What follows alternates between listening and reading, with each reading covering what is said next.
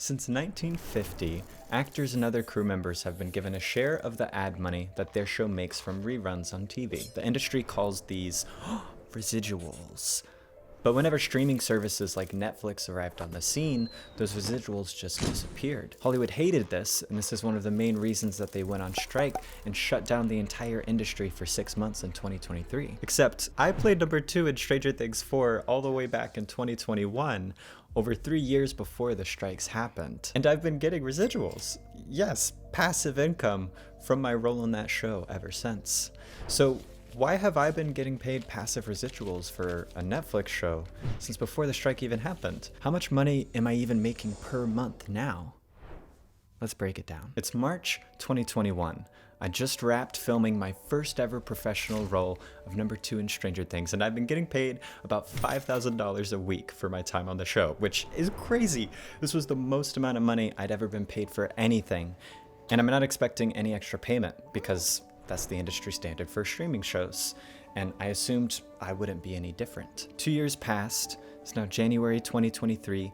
Show's been out for about 6 months. Everyone loves it, and suddenly I get letters in the mail addressed to Tristan Spohn from SAG-AFTRA. I opened it up, and it read, "Residual payment for the Hellfire Club." In addition to my upfront payment of the show, I was sent a check of $200 for my appearance on that episode. Seems very small, but there's a lot more to the story, so stay with me. I was pleasantly surprised I didn't appear in that episode.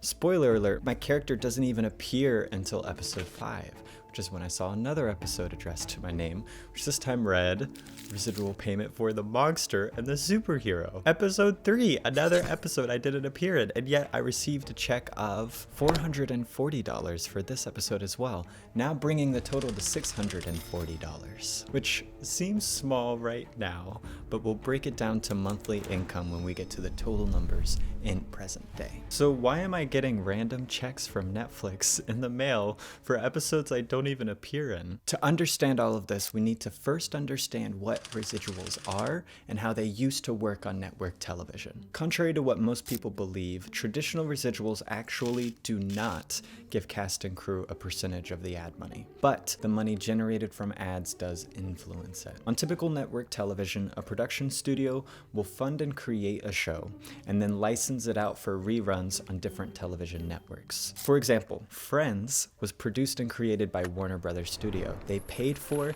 and created the show, but then they would license it out to TV networks like NBC for the initial release and afterwards reruns. The studios would then negotiate syndication or rerun deals with the television network, and this would determine how much the television networks paid the studios to air the show over that time frame. Once the amounts were negotiated, the TV network would pay the agreed upon licensing fee to the studio every quarter, so every 3 months. The studio would then take 5 to 6% of their quarterly license fees and pay it out to the cast and crew of the show, also every quarter, every 3 months. Meaning, actors could earn additional income from work they'd already done every 3 months, and this was critical for the average actor because they depended on these residuals to still pay for rent and groceries in between jobs in a very unpredictable career. But that's when I saw the rest of the letters. Residual payment for the Nina Project, The Dive, and The Massacre at Hawkins Lab. The episodes I did actually appear in, and in total, these checks added up to $2,382, bringing the total now to $3,022. Okay, so that number's looking a little bigger now, but stay tuned to the very end to see the total amount and how much that equals in monthly passive income. Why did I also get payments for episodes I didn't even appear in? And where are these residuals even coming from? Because if you aren't aware, Netflix is basically a production studio and a modern television network wrapped into one. Netflix funds and creates shows themselves, and then they stream them on their own platform, meaning there's no license fees being paid out by anyone. Where is all of this money coming from to pay actors like me these residuals? You might think it's all the money they're making themselves from people watching the show, right? Well, back on network television, the money that was made from ads that played during a certain show was revenue that could be tied directly to that show. And it was incredibly clear how much each of those shows was earning them. But streaming isn't necessarily that simple, with one of the perks of streaming being that there are no ads. Everyone just pays one monthly fee to get access to Netflix's entire catalog. So even though they might be watching a show like Stranger Things, they might have also watched 6, 7 other shows that same month, and it's almost impossible to determine which shows are causing people to sign up in the first place and which shows are actually causing people to stick around and keep paying that monthly subscription. So this must be why Netflix didn't pay residuals, right? And why actors and writers had to go on strike last year. Except I was getting residual payments from Netflix since before the strike, and that's also why I got 5 additional checks in the mail a year later in November of 2023, worth $3,578, bringing the total number now to $6,600. We're getting closer to that final number, but I was not ready for the last batch of checks that I was going to get. Despite what most people think, Netflix did pay residuals to actors before those strikes even happened. The way Netflix and the other streaming platforms calculated it wasn't really that fair. The equation took into account 3 variables: the total actual compensation, or TAC, the actor got paid up front for the episode, including agent fees and overtime fees, which I got a lot of. How many subscribers the streaming platform had when the show went into production, and how many years it's been since the release of the show. Now this is where it gets kind of confusing, but stay with me because it gets very interesting, and I'm going to try to keep it as simple as possible. The numbers I'm about to say won't have any particular reason behind them.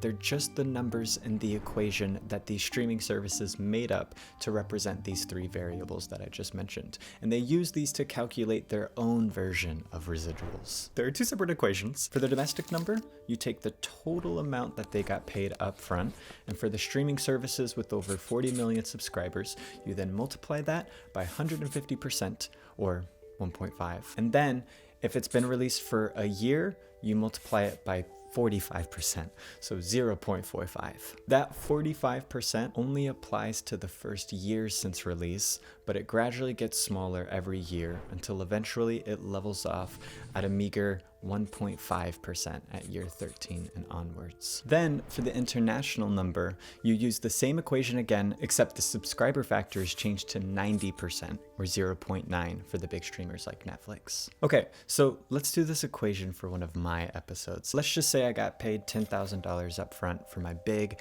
Massacre of Hawkins Lab episode. I then multiply that by 1.5 and 0.45 for the first year's domestic number. For the foreign number, I multiply $10,000 by 0.9 and 0.45. I then add those 2 numbers together to get a total of $10,800. About 25% of that would go to SAG-AFTRA, leaving me with a residual payment for my first year of about $8,100. Dang, and that's just for one episode. Like, that is so much money.